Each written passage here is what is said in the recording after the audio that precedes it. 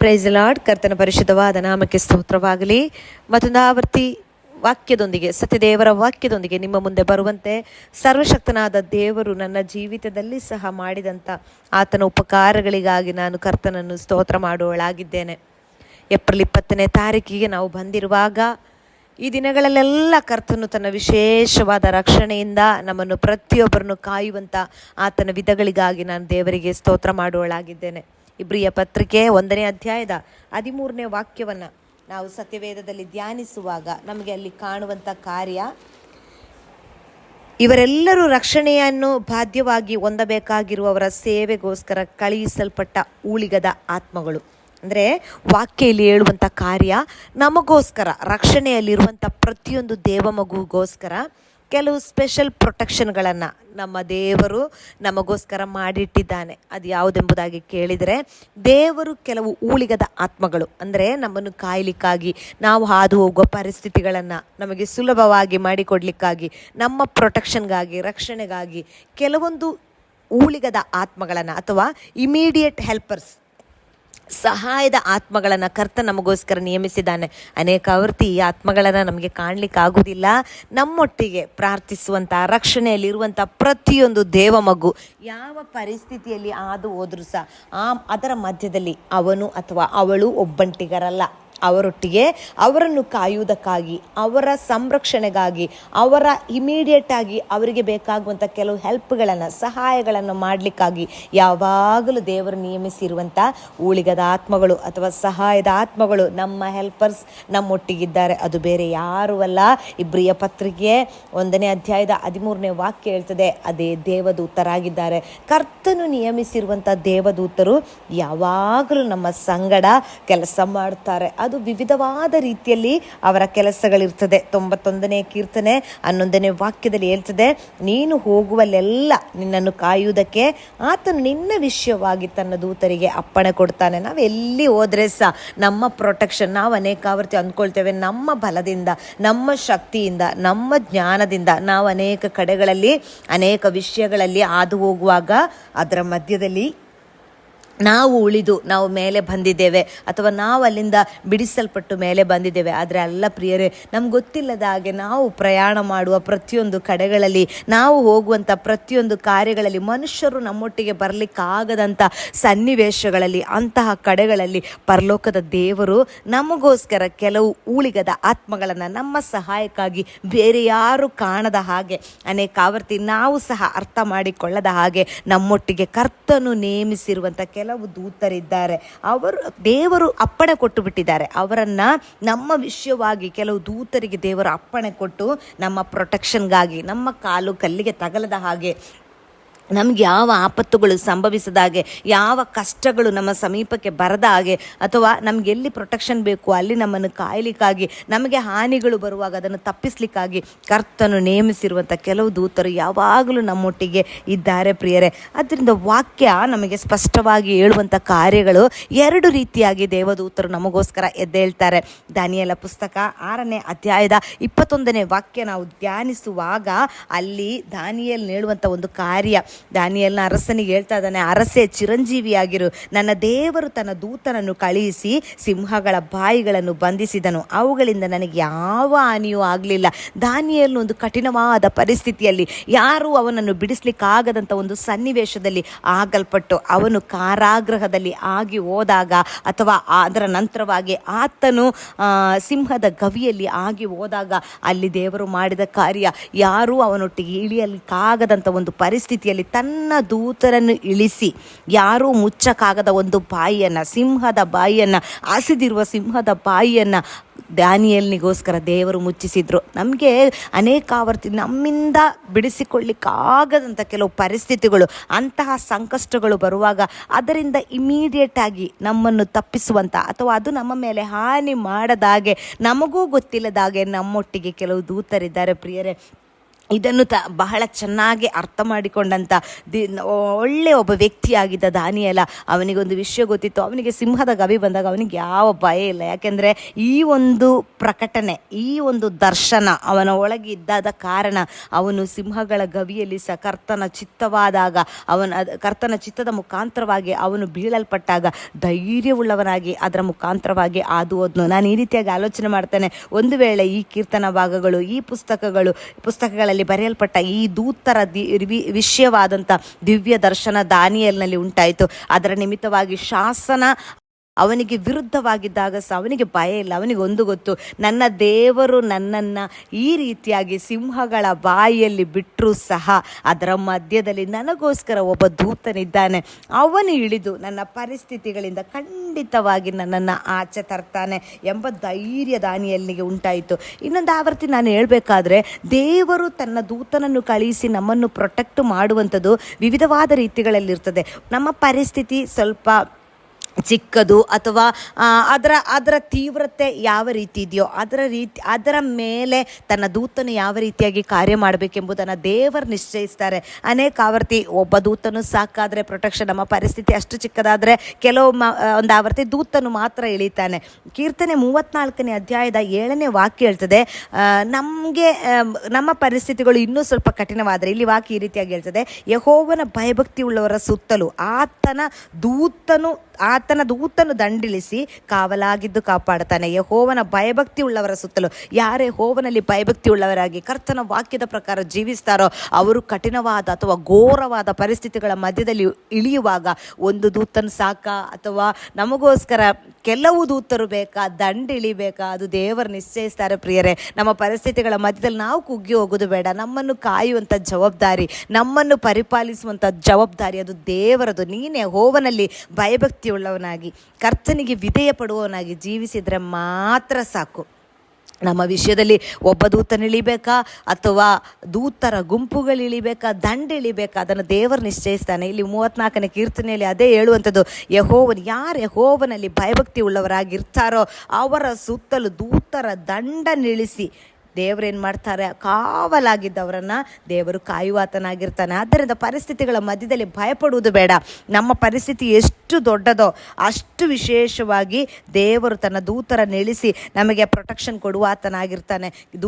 ಒಬ್ಬ ದೂತನಿಳಿಬೇಕಾದ ಸ್ಥಳಗಳಿರುವುದಾದರೆ ಒಬ್ಬ ದೂತನಿಳಿತಾನೆ, ಬೇಕಾದಂಥ ಪರಿಸ್ಥಿತಿ ನಮಗೆ ಇರುವುದಾದರೆ ದೇವರು ತನ್ನ ದಂಡ ನಿಲ್ಲಿಸ್ತಾರೆ. ಇಲ್ಲಿ ದಂಡ ನಿಲ್ಲಿಸಿದಂಥ ಒಂದು ಭಾಗವನ್ನು ಸತ್ಯವೇದದಿಂದ ನಿಮ್ಮ ಮುಂದೆ ತರಲಿಕ್ಕಾಗಿ ನಾನು ಕರ್ತನಲ್ಲಿ ಇಚ್ಛಿಸ್ತೇನೆ. 2 ಅರಸರುಗಳ ಪುಸ್ತಕ 6ನೇ ಅಧ್ಯಾಯದ ಅದರ 17ನೇ ವಾಕ್ಯದಲ್ಲಿ ಅಲ್ಲಿ ಎಲೀಷನ ಜೀವಿತದಲ್ಲಿ ನಡೆದಂಥ ಒಂದು ಕಾರ್ಯ, ಎಲೀಷನು ಅವನ ಶಿಷ್ಯನು ಕಾಣುವಂತೆ ಒಂದಾವರ್ತಿ ಆರಾಮ್ಯರ ಸೈನ್ಯದ ವಿರುದ್ಧವಾಗಿ ಎಲೀಷನಿಗೆ ಒಂದು ಯುದ್ಧ ಉಂಟಾದಾಗ, ಎಲೀಷನು ದೇವ ಮನುಷ್ಯನಾಗಿದ್ದ. ಅವನು ಯುದ್ಧಕ್ಕಾಗಿ ಅವನು ತನ್ನ ಕೈಯಲ್ಲಿ ಖಡ್ಗವೋ ಗುರಾಣಿಯೋ ಬರ್ಜಿಯೋ ಏನು ಹಿಡಿದುಕೊಂಡು ಆತನ ಯುದ್ಧಕ್ಕೆ ಹೋಗಲಿಲ್ಲ.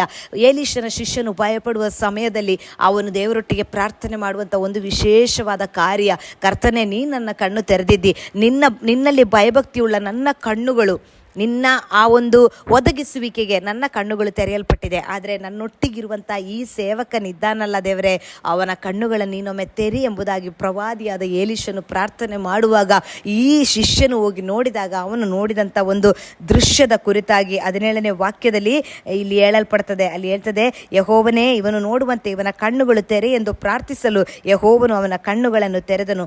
ಆಗ ಎಲೀಷನ ರಕ್ಷಣೆಗಾಗಿ ಸುತ್ತಣ ಗುಡ್ಡಗಳಲ್ಲಿ ಬಂದು ನಿಂತಿದ್ದ ಅಗ್ನಿಮಯವಾದ ರಥರಥಾಶ್ವಗಳು ಆ ಸೇವಕನಿಗೆ ಕಂಡವು.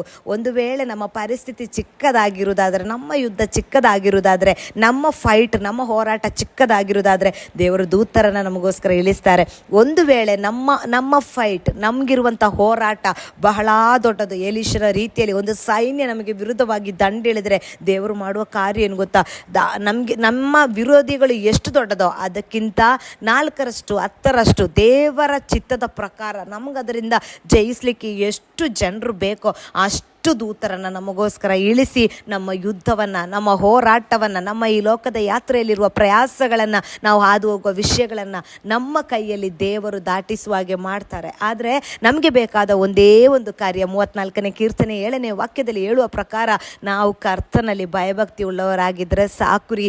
ಅದೇ ರೀತಿಯಲ್ಲಿ ಇಬ್ರಿಯ ಪತ್ರಿಕೆ 1ನೇ ಅಧ್ಯಾಯದ 14ನೇ ವಾಕ್ಯದಲ್ಲಿ ಹೇಳುವ ಪ್ರಕಾರ ನಮ್ಮ ರಕ್ಷಣೆಯನ್ನು ನಾವು ನವೀಕರಿಸಿದರೆ ಸಾಕು, ನಾವು ರಕ್ಷಣೆಯಲ್ಲಿ ನೆಲೆ ನಿಂತರೆ ಸಾಕು. ರಕ್ಷಣೆ ಹೊಂದಿದ ವ್ಯಕ್ತಿಯ ಪ್ರೊಟೆಕ್ಷನ್ ದೇವರ ರೆಸ್ಪಾನ್ಸಿಬಿಲಿಟಿ ರೀ.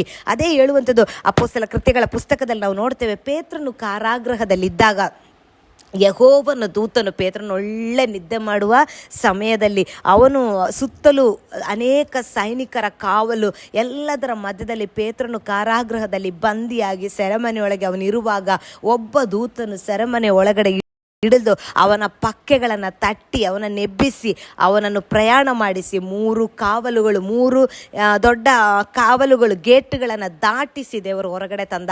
ಒಂದು ದೂತನೆದ್ದು ತಟ್ಟಿದ ತಕ್ಷಣ 3 ಬಾಗಿಲುಗಳು, ಕಠಿಣವಾದ 3 ಬಾಗಿಲುಗಳು ಅವನ ಮುಂದೆ ತೆರೆಯಲ್ಪಟ್ಟಿರುವುದಾದರೆ, ನಮ್ಮ ವಿಷಯದಲ್ಲಿ ಕೆಲವು ದೂತರುಗಳು ಇಳಿದರೆ ಎಷ್ಟು ಬಾಗಿಲುಗಳು ನಮಗೋಸ್ಕರ ತೆರೆಯಲ್ಪಡ್ತದೆ ಪ್ರಿಯರೇ.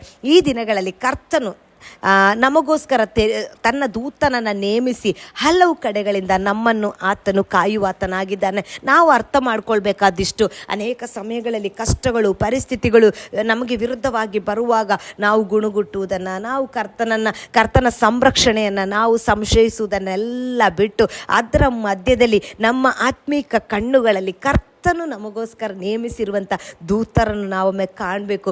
ಈ ದೂತರ ಸ್ಪೆಷಲ್ ಪ್ರೊಟೆಕ್ಷನನ್ನು ನಾವೊಮ್ಮೆ ಗ್ರಹಿಸಬೇಕು. ಅನೇಕ ವರ್ತಿ ಕುಗ್ಗಿ ಹೋಗೋದು ಬೇಡ. ಅನೇಕ ಪರಿಸ್ಥಿತಿಗಳು ಬರುವಾಗ ಅನೇಕ ಭಕ್ತರನ್ನ ಸತ್ಯವೇದದಲ್ಲಿ ಕರ್ತನು ತನ್ನ ದೂತರನ್ನು ಇಳಿಸಿ ಕರ್ತನು ಕಾದಿದ್ದಾನೆ. ಅನೇಕ ಸಮಯಗಳಲ್ಲಿ ಶದ್ರಕ್, ಮೇಷಕ್, ಅಬೇದ್ನೋಗ ಅವರು ಬೆಂಕಿಯ ಆವಿಗೆಯಲ್ಲಿ ಬಿದ್ದಾಗ ಅವರನ್ನಲ್ಲಿಂದ ರಕ್ಷಿಸಿದ್ದು ಅವರ ಸ್ವಂತ ಫಲ ಅಲ್ಲ ಪ್ರಿಯರೇ. ಒಳ್ಳೆ ಯೌವನಸ್ಥರಾಗಿದ್ದ ಅವರು ಬಿದ್ದಾಗ ಯೌವನದ ರಕ್ತ, ಬಿಸಿ ರಕ್ತವಲ್ಲ, ಅವರನ್ನಲ್ಲಿಂದ ಸಂರಕ್ಷಿಸಿ ಹೊರತಂದಿರುವಂಥದ್ದು. ಕರ್ತನು ತನ್ನ ದೂತರನ್ನು ಇಳಿಸಿದ.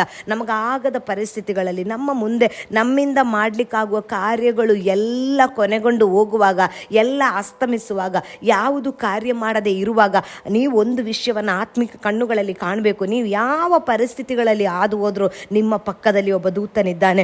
ನೀವು ರಸ್ತೆ ದಾಟುವಾಗ, ನೀವು ಆಸ್ಪತ್ರೆಯ ICUಗಳಲ್ಲಿ ಮಲಗುವಾಗ, ಯಾರೂ ನಿಮ್ಮ ಬಳಿಗೆ ICUಗಳಲ್ಲೆಲ್ಲ ಹೇಳುವಾಗ ವಿಸಿಟರ್ಸ್ ಯಾರೂ ನಮಗೆ ಒಟ್ಟಿಗೆ ಬರಲಿಕ್ಕಿಲ್ಲ, ನಿಲ್ಲಕ್ಕಿಲ್ಲ. ಅದು ಯಾರೇ ಆಗಿರಲಿ, ಎಂಥದೇ VIP ಆಗಿರಲಿ, ಯಾವ ವ್ಯಕ್ತಿಗಳನ್ನು ನಮ್ಮ ಜೊತೆಯಲ್ಲಿ ನಿಲ್ಲಿಕ್ಕಾಗಿ ಅನುಮತಿಸುವುದಿಲ್ಲ. ನಾವು ಅಂತಹ ಪರಿಸ್ಥಿತಿಗಳಲ್ಲಿ ಹಾದು ಹೋಗುವಾಗವರೆಗೆ ದೇವರು ತನ್ನ ದೂತರನ್ನು ನಿಯಮಿಸಿ ನಮ್ಮ ಸುತ್ತಲೂ ನಿಲ್ಲಿಸಿರ್ತಾನೆ. ಮನುಷ್ಯರು ನಮ್ಮೊಟ್ಟಿಗೆ ಬರಲಿಕ್ಕಾಗದಂಥ ಸನ್ನಿವೇಶಗಳಲ್ಲಿ ದಾನಿಯೇಲ ಅದೇ ಸಿಂಹದ ಗವಿಯಲ್ಲಿದ್ದಾಗ ಯಾರೂ ಅವನೊಟ್ಟಿಗೆ ಇಳಿಲಿಕ್ಕಾಗಲ್ಲ. ಯಾಕಂದರೆ ಯಾರಾದರೂ ಇಳಿದ್ರೆ ಇಳಿಯುವುದಕ್ಕಿಂತ ಮುಂಚೆ ಸಿಂಹ ಅವರನ್ನು ನುಂಗಿ ಬಿಡ್ತದೆ. ಯಾರೂ ಹತ್ತಿರ ಬರಲಿಕ್ಕೆ ಒಪ್ಪದಂಥ ಒಂದು ಪರಿಸ್ಥಿತಿ. ಆ ಪರಿಸ್ಥಿತಿಯಲ್ಲಿ ಸಹ ದೂತನು ದಾನಿಯೇಲನಿಗೋಸ್ಕರ ಆ ಬಾವಿಯಲ್ಲಿ, ಸಿಂಹದ ಗವಿಯಲ್ಲಿ, ಸಿಂಹದ ಗುಹೆಯಲ್ಲಿ ಅಥವಾ ಅವನ ಹಾಕಲ್ಪಟ್ಟಂಥ ಆ ಒಂದು ಗುಂಡಿಯಲ್ಲಿ ಅವನೊಟ್ಟಿಗೆ ದೇವದೂತರು ಇಳಿದ್ರು. ಯಾವ ಮನುಷ್ಯನು ನಮ್ಮೊಟ್ಟಿಗೆ ಬರಲಿಕ್ಕಾಗದಂಥ ಕೆಲವು ಕಡೆಗಳಲ್ಲಿ, ಆ ರೀತಿಯಾದ ಪರಿಸ್ಥಿತಿಯಲ್ಲಿ ನಾವು ಹಾದು ಹೋಗುವಾಗಲೂ ನಮ್ಮ ಅಕ್ಕಪಕ್ಕ ದೂತರಿದ್ದಾರೆ ಪ್ರಿಯರೇ. ಈ ದಿನಗಳಲ್ಲಿ ಆತ್ಮಿಕ ಕಣ್ಣುಗಳಲ್ಲಿ ನೀವು ಹಾದು ಹೋಗೋ ಪರಿಸ್ಥಿತಿ ಏನೋ, ನಿಮ್ಮ ಸಿಚುವೇಶನ್ ಏನೋ, ಆಸ್ಪತ್ರೆಯ ICUಗಳ ಅಥವಾ ಜೀವಿತದಲ್ಲಿ ಅನೇಕ ವಿಷಯಗಳಲ್ಲಿ ಕುಗ್ಗಿ ಕೊರಗಿ ಹೋಗಿದ್ದೀರಾ, ಎಲ್ಲ ವಿಷಯಗಳಲ್ಲಿ ಸೋತು ಹೋಗಿದ್ದೀರಾ, ಕುಟುಂಬದ ಸಮಸ್ಯೆಗಳಾಗಿರ್ಬೋದು, ಏನೇ ಆಗಿರ್ಬೋದು. ಈ ದಿನಗಳಲ್ಲಿ ಅರ್ಥ ಮಾಡ್ಕೊಳ್ರಿ, ನೀವು ಹಾದು ಹೋಗುವ ಕಠಿಣವಾದ ಯುದ್ಧಗಳು ಎಷ್ಟು ದೊಡ್ಡದೇ ಆದರೂ, ನಿಮ್ಮ ಆತ್ಮಿಕ ಹೋರಾಟ ಎಷ್ಟೇ ದೊಡ್ಡದಾದರೂ, ಈ ದಿನಗಳಲ್ಲಿ 2 ಕಾರ್ಯಗಳನ್ನು ನೀವು ಮಾಡಿದ್ರೆ ಸಾಕು. ನೀವು ಯೆಹೋವನಲ್ಲಿ ದೃಢಪಡ್ರಿ, ಭಯಭಕ್ತಿ ಉಳ್ಳವರಾಗಿ ಮಾರ್ಪಡ್ರಿ. ನೀವು ಪ್ರಾರ್ಥಿಸುವ ದೇವ ಮಗುವ, ನಿಮ್ಮ ಪ್ರೊಟೆಕ್ಷನ್ ದೇವರ ಕೈಯಲ್ಲಿದೆ. ಆತ ನಿಮ್ಮನ್ನು ಕೈ ಬಿಡುವುದಿಲ್ಲ. ನಿಮ್ಮ ಎಲ್ಲ ಪರಿಸ್ಥಿತಿಗಳಲ್ಲಿ ಎಲ್ಲಿ ನೀವು ಹೋದರೂ, ಮನುಷ್ಯರು ನಿಮ್ಮೊಟ್ಟಿಗೆ ಬರಲಿಕ್ಕಾಗದಂಥ ಪರಿಸ್ಥಿತಿಗಳ ಮಧ್ಯದಲ್ಲೂ ನಿಮ್ಮ ಪ್ರೊಟೆಕ್ಷನನ್ನು ಆತನು ಕೆಲವು ದೂತರಿಗೆ ಈಗಾಗಲೇ ನೇಮಿಸಿ ಕೊಟ್ಟಿದ್ದಾನೆ. ನೀವು ದೇವ ಮಗು ಆದರೆ ನೀವು ಆಜ್ಞಾಪಿಸ್ಬೋದು ದೂತರಿಗೆ, ನೀವು ದೂತರೊಟ್ಟಿಗೆ ಹೇಳ್ಬೋದು, ನನ್ನ ಈ ಪರಿಸ್ಥಿತಿಗಳನ್ನು ನಾನು ನಿನ್ನ ಕೈಗೆ ಒಪ್ಪಿಸಿದ್ದೇನೆ, ನೀನು ಇದರಲ್ಲಿ ನನಗೆ ಪ್ರೊಟೆಕ್ಷನ್ ಕೊಡು. ಈ ದಿನದಲ್ಲಿ, ಈ ಏಪ್ರಿಲ್ 20ನೇ ತಾರೀಕಲ್ಲಿ ನಿಮ್ಮ ಜೀವಿತದಲ್ಲಿ ನೀವು ಅರ್ಥ ಮಾಡ್ಕೊಳ್ರಿ, ಕೆಲವು ದೂತರು ನಿಮಗೋಸ್ಕರ ಎಳೆದಿದ್ದಾರೆ. ಈ ದಿನಗಳಲ್ಲಿ ಪ್ರಾರ್ಥಿಸುವ, ರಕ್ಷಣೆಯಲ್ಲಿರುವಂಥ, ಆತ್ಮಿಕದಲ್ಲಿರುವಂಥ ದೇವ ಮಗು ನಿಮ್ಮ ಸಂರಕ್ಷಣೆ ನಿಮ್ಮ ಕೈಯಲ್ಲಿ ಅಲ್ಲ. ಅಲ್ಲ, ಅದರ ರೆಸ್ಪಾನ್ಸಿಬಿಲಿಟಿ ಇರುವಂಥದ್ದು ನಿಮ್ಮ ದೇವರ ಕೈಯಲ್ಲಿ. ಆತ ನಿಮ್ಮನ್ನು ಕಾಯ್ತಾನೆ. ನಿಮಗೋಸ್ಕರ ಈಗಾಗಲೇ ನಿಮ್ಮ ವಿಷಯದ ಮಧ್ಯದಲ್ಲಿ ಕೆಲವು ದೂತರು ಇಳಿದಿದ್ದಾರೆ. ನಿಮ್ಮ ಆತ್ಮಿಕ ಕಣ್ಣುಗಳಿಂದ ದೂತರು ನಿಮಗೋಸ್ಕರ, ನಿಮ್ಮ ಯಾವ ಪರಿಸ್ಥಿತಿಯ ಮಧ್ಯದಲ್ಲಿ ದೂತರು ಇಳಿಬೇಕೋ ಆ ವಿಷಯಗಳನ್ನು ಹೇಳಿ ಅದರಲ್ಲಿ ಕೆಲವು ದೂತರನ್ನು ನೀವು ನಿಯಮಿಸ್ರಿ. ಪ್ರಾರ್ಥಿಸುವ ದೇವ ಮಗುವ ನಿಮಗೋಸ್ಕರ ಇಬ್ರಿಯ ಪತ್ರಿಕೆಯಲ್ಲಿ ಹೇಳುವ ಹಾಗೆ ನಿಮಗೋಸ್ಕರ ಕರ್ತನ ನೇಮಿಸಿರೋ ಕೆಲವು ಉಳಿಗದ ಆತ್ಮಗಳು ಅಂದರೆ ನಿಮ್ಮ ಸೇವೆಗಾಗಿ ಕೊಡಲ್ಪಟ್ಟವರು. ದೂತರು ಅವರು ದೇವರಿಂದ ನೇಮಿಸಲ್ಪಟ್ಟು ನಿಮ್ಮ ಸೇವೆಗಾಗಿ ಕೊಡಲ್ಪಟ್ಟವರು. ನಿಮ್ಮ ಸೇವೆ ಮಾಡುವಂಥದ್ದೇ ಅವರ ಕರ್ತವ್ಯ, ದೇವರು ಕೊಟ್ಟಿರುವ ಜವಾಬ್ದಾರಿ, ದೇವರು ಅವರಿಗೆ ನೇಮಿಸಿರುವಂಥ ಕಾರ್ಯ. ಆದುದರಿಂದ ಟೆನ್ಷನ್ ಬೇಡ್ರಿ. ನನ್ನೊಟ್ಟಿಗೆ ಯಾರು ಇಲ್ಲಲ್ಲ, ನನಗೆ ಯಾರು ಇಲ್ಲಲ್ಲ, ನನ್ನೊಟ್ಟಿಗೆ ಯಾರು ನಿಲ್ತಾರೆ, ನನಗೆ ಯಾರು ಸಹಾಯ ಮಾಡ್ತಾರೆ, ನನ್ನ ಪ್ರೊಟೆಕ್ಷನ್ ಎಲ್ಲಿಂದ, ನಾನು ಇದನ್ನು ಹೇಗೆ ದಾಟಲಿ, ಈ ಎಲ್ಲ ಚಿಂತೆಗಳು ನಿಮ್ಮಲ್ಲಿ ಇರುವುದಾದರೆ ಅದನ್ನೆಲ್ಲ ತೆಗೆದಾಕ್ರಿ. ದೇವರು ನಿಮಗೋಸ್ಕರ ದೂತರನ್ನು ನೇಮಿಸಿದ್ದಾರೆ. ನಿಮಗೆ ಯಾವಾಗ ಕಷ್ಟಗಳಿದೆಯೋ, ನಿಮ್ಗೆ ಯಾವಾಗ ದಾಟ್ಲಿಕ್ಕಾಗಲ್ವೋ ಅವ್ರು ನಿಮ್ಮೊಟ್ಟಿಗೆ ಅವ್ರು ನೋಡ್ಕೊಳ್ತಾರೆ. ನೀವು ಅದ್ರ ಬಗ್ಗೆ ಟೆನ್ಷನ್ ಮಾಡಿ ಯಾವ ಅಧೈರ್ಯದಿಂದ ಕುಗ್ಗಿ ಸೊರಗಿ ಹೋಗುವ ಅಗತ್ಯ ಇಲ್ಲ. ಅದು ಎಂತಹ ಕಠಿಣ ಪರಿಸ್ಥಿತಿ ಆದರೂ ಈ ಏಪ್ರಿಲ್ 20ನೇ ತಾರೀಕಿಂದ ದೃಢವಾಗಿ ನಾನು ಹೇಳ್ತೇನೆ, ನೀವು ಅದನ್ನು ದಾಟಿ ಬರ್ತೀರಾ. ಕೆಲವು ದೂತರು ಇಳಿದು ನಿಮ್ಮ ವಿಷಯಗಳಲ್ಲಿ ನಿಮ್ಮನ್ನು ದಾಟಿಸ್ತಾರೆ. ನೀವು ಸುಲಭವಾಗಿ ದಾಟಿ ದಡ ಸೇರ್ತೀರಾ.